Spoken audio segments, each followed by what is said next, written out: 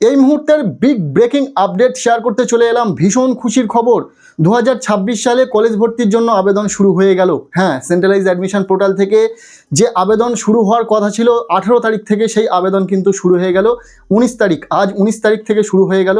কতদিন পর্যন্ত আবেদন চলবে সব কিছু কিন্তু ওয়েবসাইটে মেনশন করে দেওয়া রয়েছে, আমরা বিস্তারিতভাবে পুরোটা দেখে নিই। ফাইনালি তোমাদের জন্য কলেজ ভর্তির আবেদন এই মুহূর্ত থেকে শুরু হয়ে গেল। আজ 19 তারিখ এবং তোমরা চাইলে আজ থেকেই কলেজ ভর্তির জন্য আবেদন করতে পারবে।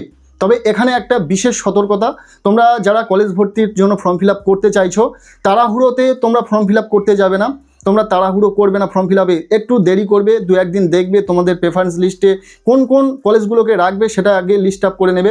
তার কারণ হচ্ছে প্রতি বছর হাজার হাজার ছাত্রছাত্রীরা যারা ছোট্ট একটি ভুলের কারণে ফর্ম ফিল আপের সময় ভুল করে ফেলে, হয়তো আবার প্রেফারেন্স লিস্ট সাজানোর সময় একটু ভুল করে ফেলে, সেক্ষেত্রে কিন্তু তাদের নাম্বার থাকা সত্ত্বেও ভালো কলেজ তারা পায় না।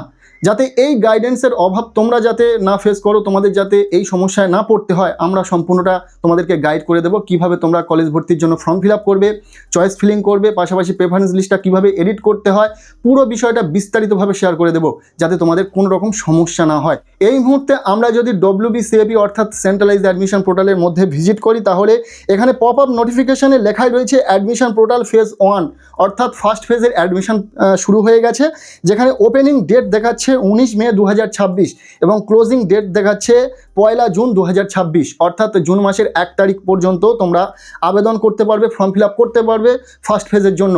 ফর্ম ফিল আপের পর ওই যে লাস্ট ডেট রয়েছে, তারপরে কিন্তু তোমরা চাইলেও ফর্ম ফিল আপ করতে পারবে না, লাস্ট ডেটের আগে তোমাদেরকে ফর্ম ফিল আপ করতে হবে।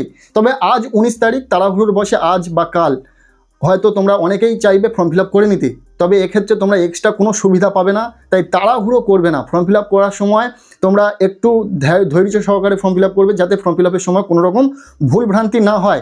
যে সাইবার ক্যাফে থেকে তোমরা ফর্ম ফিল আপ করবে, সেখানে ভালো করে বসে থেকে তোমরা ফর্ম ফিল আপটা করে নেবে, যাতে দাদাদের থেকে, সাইবার ক্যাফের যে সমস্ত দাদারা রয়েছেন তাদের থেকে কোনো রকম ভুল ভ্রান্তি না হয়। পাশাপাশি চয়েস ফিলিং বা তোমাদের যে প্রেফারেন্স লিস্ট সাজাতে হবে, সেখানে কোনো রকম ভুল করা যাবে না। তার জন্য তোমাদেরকে এই মুহূর্তে লিস্ট আপ করে নিতে হবে, তোমরা কোন কলেজ, কোন সাবজেক্ট বা কোন কোর্স নিয়ে এগোতে চাইছো তার একটা লিস্ট আপ করে নেবে। তারপর তোমরা ফর্ম ফিল আপ করতে যাবে এবং চয়েস ফিলিং বা তোমাদের প্রেফারেন্স লিস্ট সঠিকভাবে সাজাবে।